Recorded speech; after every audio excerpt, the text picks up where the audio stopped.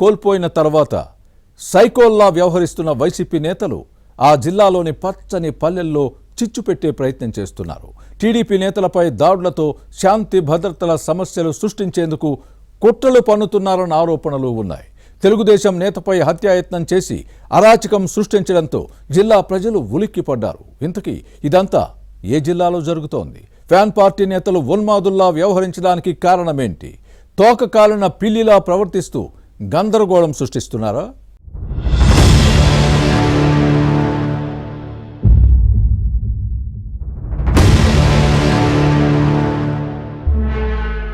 నెల్లూరు జిల్లా పచ్చని పల్లెల్లో వైసీపీ నేతలు చిచ్చు పెడుతున్నారు.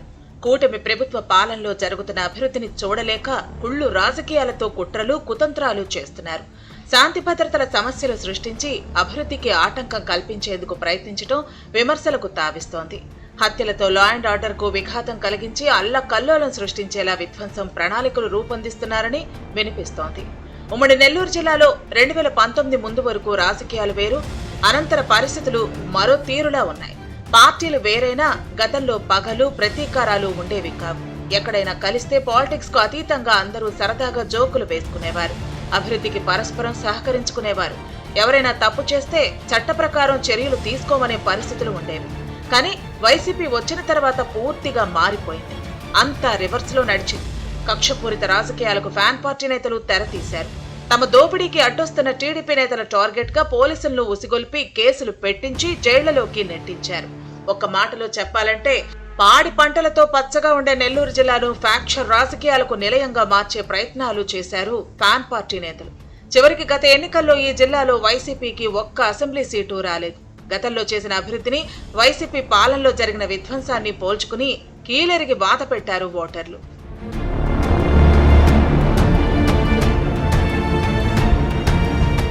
కూటమి ప్రభుత్వం అధికారంలోకి వచ్చాక ఉమ్మడి నెల్లూరు జిల్లాలో ప్రశాంతత నెలకొంది. ఎవరి పని వారు చేసుకుపోతున్నారు. ఏ భయమూ లేకుండా జీవిస్తున్నారు.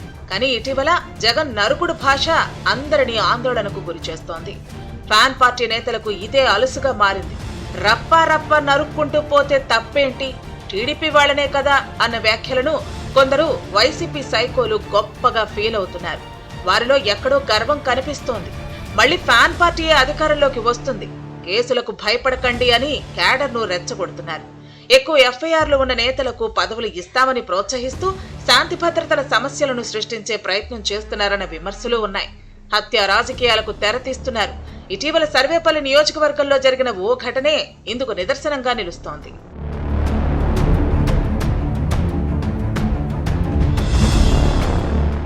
గత ఎన్నికల్లో అప్పటి మంత్రి కాకాణి గోవర్ధన్ రెడ్డి ఓటర్లకు పెద్ద ఎత్తున మద్యం పంపిణీ చేయించారు. ముత్తుకూరు మండలం పంటపాళెంతో పాటు మరికొన్ని ప్రాంతాల్లో నిల్వ చేసిన లిక్కర్ను పోలీసులు, ఎక్సైజ్ అధికారులు స్వాధీనం చేసుకుని కేసులు నమోదు చేశారు. అయితే మద్యం డంప్ సమాచారాన్ని టీడీపీ నేత శ్యామ్ సుందర్ రెడ్డి పోలీసులకు చేరవేశారన్న అనుమానంతో కాకాణి గోవర్ధన్ రెడ్డి అనుచరుడు వైసీపీ నేత పోలూరు లెనిన్ పగ పెంచుకున్నారు. ఇటీవల శ్యామ్ సుందర్ రెడ్డిపై దాడి చేసి హతమార్చడానికి ప్రయత్నించారు. చుట్టుపక్కల వారు రావడంతో వైసీపీ నేతలు పరారయ్యారు. సర్వేపల్లి చరిత్రలో ఇప్పటి వరకు ప్రత్యర్థులను హతమార్చే రాజకీయాలు లేవు. కానీ ఇప్పుడు ఫ్యాన్ పార్టీ నేతలు ఈ సంస్కృతిని తీసుకొచ్చి కొత్త ట్రెండ్ ను క్రియేట్ చేశారు. శ్యామ్ పై హత్యాయత్నం ఘటనతో నియోజకవర్గమంతా ఒక్కసారిగా ఉలిక్కి పడింది.